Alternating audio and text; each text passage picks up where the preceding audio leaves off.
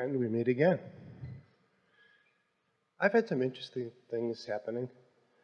And, I want to thank Wayne Dyer for bringing me to you. A lot of good stuff has been popping up. And breathe deeply. Get right in there. And lately, I've been getting these invitations through books, through other people of renown. One book was talking about people from beyond, like John Lennon talking through channelers, and I was wondering about that. Since we leave our ego behind, why would something like that even happen? Or in the case of mediums, why contact these dead people if they've already lost their ego? Why would they bother with this kind of thing? Maybe you are misunderstanding just a little bit. So when someone reemerges into non-physical, they leave behind the doubt and fear and worry. They leave behind the struggle, but they still enjoy the expansion of what they were about.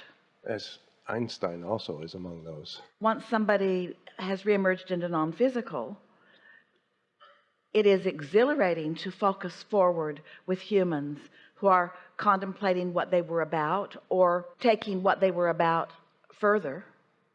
You don't cease to be, you just leave behind anything that is resistant in nature. Here's a good way to look at it.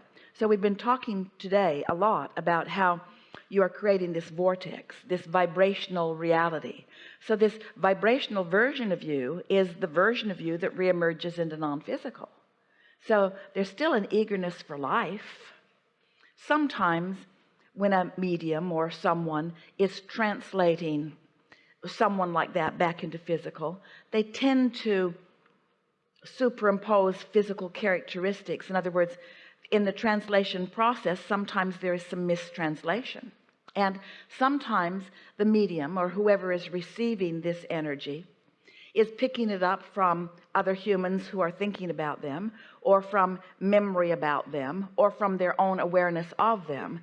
This library of thought, these streams of thought, there is potential for some tapping into things indeliberately.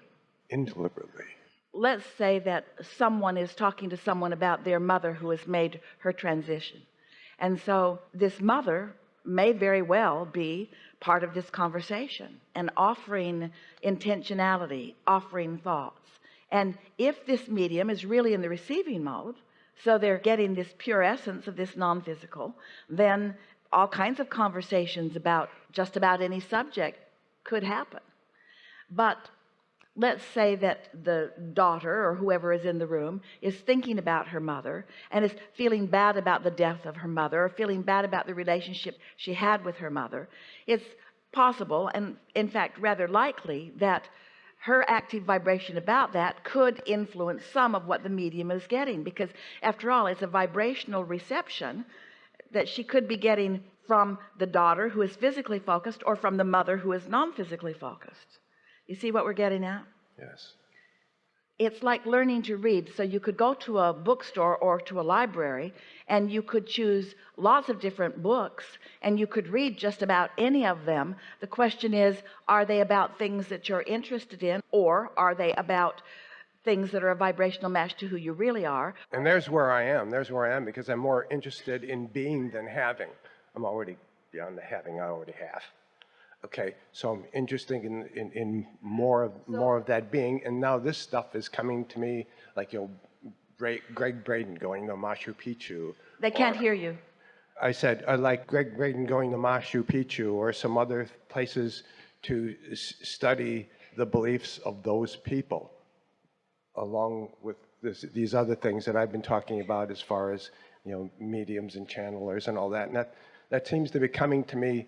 And is that really going to help my idea of being more? You can tell by the way you feel. If it's exciting as it comes, then it's something that your inner being is excited about too. If it's not exciting, then it isn't. In other words, don't try to figure everything out about everything. Sometimes someone will offer to us some information about a book and they'll want to know what we think about it, and what we think about it is not very important. It's how it is resonating with you.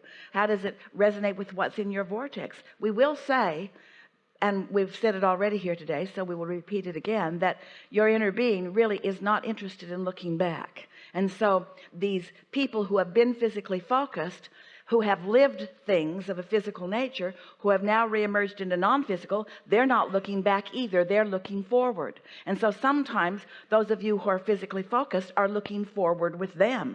In fact, that is the way that the continuity of who we all are as energies and as creators is carried forward. Physical humans think that it's coming through the blood lineage, or that it's coming through the behaviors that are taught from one generation to another. And of course there is a lot of action sort of thing that is transferred and continued in that way. But your true continuing on is from this non-physical energy. Everyone who has been physically focused, who is now non-physical, has some interest in what's going on here. And when you get into that receiving mode, you can tap into those who know. You've heard the story, we know you have, but we want to make this feel concrete and real to you. Jerry and Esther were in Texas, and there was a big rainstorm happening, and they went to the post office and couldn't get to it because the Cibolo Creek had overflowed its banks and the post office was surrounded by water. And so Jerry said, we better call our friends who are in San Antonio, who have 1,000 acres, and the Cibolo Creek goes right through their property. So Esther called and said, the Cibolo is out of its banks up here and it's headed your way. So their friends were able to get the cows out of the pasture and the tractors out of that pasture, the pasture that always floods when the Cibolo goes over its banks. And so all was well. And later, the next day, their friends called them and said, it's very nice to have a friend upstream.